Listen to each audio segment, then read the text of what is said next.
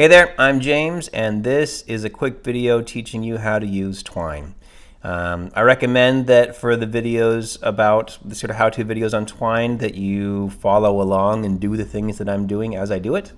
This is the kind of video where I'll go through a bunch of material, and if you don't actually try the things that I'm doing, you may forget pretty easily. So I recommend watching a little bit, pausing, doing the thing that I just described, playing around with it till you get the hang of it, and then pressing play again and learning a new piece. The first thing you'll want to do is download the latest version of Twine on your laptop or whatever you'll be using to do Twine on. You can see if you get it if you go to twinery.org, like I am right now, Twinery. You can download it for Windows, OS X, or Linux, and I recommend that you do that. It also has an option to use it online. I don't recommend that. You can get into trouble because it will save your Twine file not to a cloud that you can access elsewhere, but to the browser's history or the browser's memory on that particular machine. So if you try to access Twine again from some other computer, your stories won't be there. If you use like a school computer or something and use Twine online, I believe all the school computers wipe their memories every night, so your stories will just be lost. So much better to download the thing onto your computer and have it safe. I've already got it downloaded, so I'm going to open up the program right now. And I'm going to start a new story. I've got just a bunch of old test files here of stuff that I've done. I'm going to click this button right here. It says plus story, so it'll create a new story. I can call it whatever I want. And I will call it how to link, because that's what we're going to learn about. You'll see it opens sort of a workspace here with a passage that I can click and move around. You'll see that when I hover over it, it gives me 4 options. I can delete this, I can edit it, I can run it in debug mode, or I can set it as a launch point, starting point. I'll show you what that means. And this launch point just sort of means like the place where the story will start from. And as you develop more boxes like this, you may decide, actually, I want the story to start over here, in which case you could change the launch point. The one that's going to be most important for us, though, is edit. And every time you open a new passage, you'll have an opportunity to name it something new. I'm going to name this Start. And it'll have default text, which says double-click this passage to edit it. If you delete that, some text in gray will show up. That's just like some tips on formatting that you can check out. Once you start typing, you start to type whatever story material you want in the passage, and then you'll give your user choices about how to move the story forward. Right? That's sort of the basic function of this kind of game: is some text, some story, and then choices. The way you create a branching set of choices is to create a link. And to do that, you're going to do a double open bracket, and you're going to type some text, any text you want, and then double brackets to close it. As soon as you do that and close the passage, it creates a second box with the name of whatever you put inside those brackets. So I called it link, and it created a box called link. Now I can double click here, and I can say, you clicked on link. Wow. And I can create another passage called dog. And it will open another box for me called dog. And I can say, oh, you like the dog. Nice. Now I have a little game here that has some gibberish opening text and a pair of choices, dog or link. And if I click down here on play, it will run the game for me. So I've got gibberish, and then I can choose to click on link. You click on the link. Or I can click on dog. You like the dog.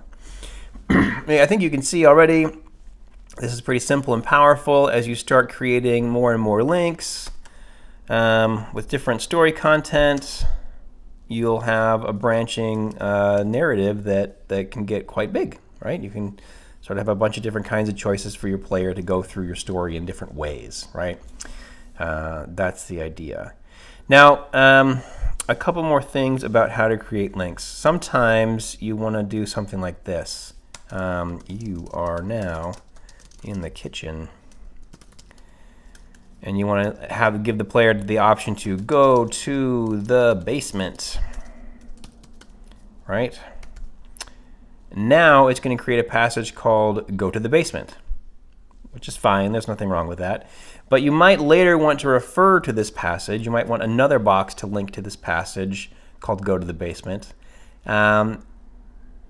And if your spelling is bad like mine, you might forget how basement is spelled, or you might forget whether or not this has punctuation in it, or you might forget that the G is capitalized, or you might forget that you put spaces between the words or not. The longer your titles, the more opportunities you have to have typos or misspellings or passages that are similar that overlap, and then you run into trouble. So there's a couple things you can do to fix that.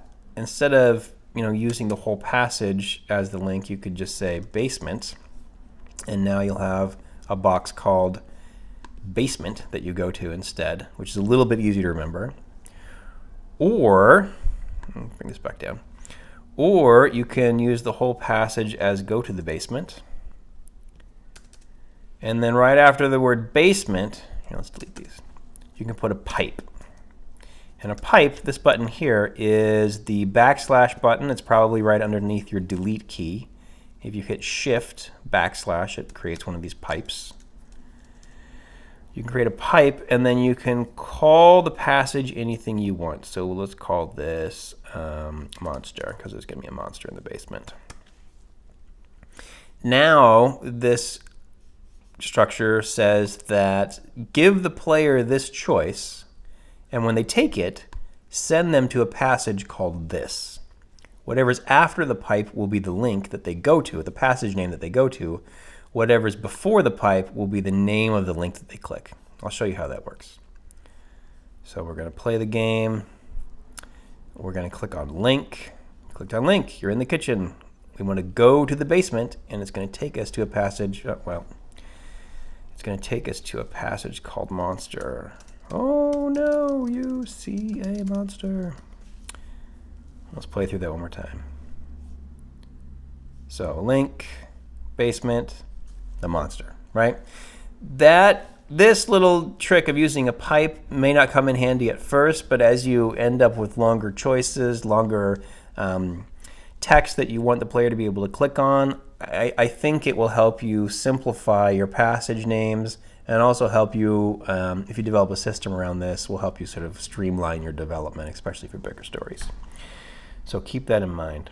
One other trick to making links, let's delete this real quick, and that one, is that sometimes you notice this little green button down here that says plus passage. If you click that, it just creates an untitled passage that's not linked to anything. There's no arrows that go to it. Well, what if I want this to be the garage? And it's you are now out in the garage. How do I link this into my story? How do I get this to work, right? What I need to do is, if I want it to go from link to garage, then I need to go into link, and I need to create a choice called garage. But let's do another pipe link. Let's say go through the green door. They don't know what the green door is, but they'll find out soon enough when they go through it that it goes to the garage, right? And now, because that link is in place, and because I had a passage with that name, it drew the line there, right? So now I can play through my game. I can go to link. I can go through the green door, and I'm out in the garage. So keep that in mind as if you do end up creating new passages and you want to integrate them into your story. All you have to do is put a link with that passage's name in it, and it will draw the arrow there for you. Okay, let's see. What else do we want to do here? Oh, okay. So I want to point out this. Notice that right now we have a story that has 2 choices for the player, but requires 1, 2, 3, 4, 5, 6, 7 boxes of text from us, right? If we create a third choice for the player, that's going to be 8 more boxes of text from us, right? Because each time we have a choice in every passage. It branches, creates double the amount of passages from the last row, and pretty soon you have a pyramid of ridiculous length and just a million links and a million boxes, and the scope of your story can easily get out of control if you just keep creating choices. So one thing that you're going to want to do is, instead of branching further, like always having, is to allow some of your passages to link to the same thing. So for example, let's create a new passage called I don't know, potato. Doesn't really matter because we're not writing a story right now. And you found a potato. Now, instead of making this one of 8 links on this row, I'm going to use it to collapse some of the links. So let's say if we see a monster, we have the option for look through the box behind you. And that's going to go to potato. They'll find a potato if they do that. Drew the link for me. And if we're over here in passage B that has no story at all, we'll just do a link called potato. I don't know what we would actually do if this is a real story. But you can see now that passage B and passage monster both come down here to potato, right? So if I go the monster route in my story, link, basement, monster, look through the box, find a potato, I get to the potato passage. Or if I go dog, B, potato, I get to the potato passage as well. I'm not adding any narrative layer to this right now, so actually writing a story where it makes sense to end up at this passage both ways can be a little tricky. But the value of thinking structurally this way is really important. So like for example, maybe I create another box here that monster and garage both go to, and I create another box here that A and B both go to. Now I've got a structure that goes from 1 box to 2 boxes to 4 boxes to 3 boxes instead of to 8. And that's much more manageable form of development than always expanding, always expanding, always expanding, right? So keep that in mind, that your pyramid can be simplified if you create links that go to the same passage, okay? All right, one more quick thing about this kind of linking. Using an existing passage name as the name of a link works for all passages in any direction.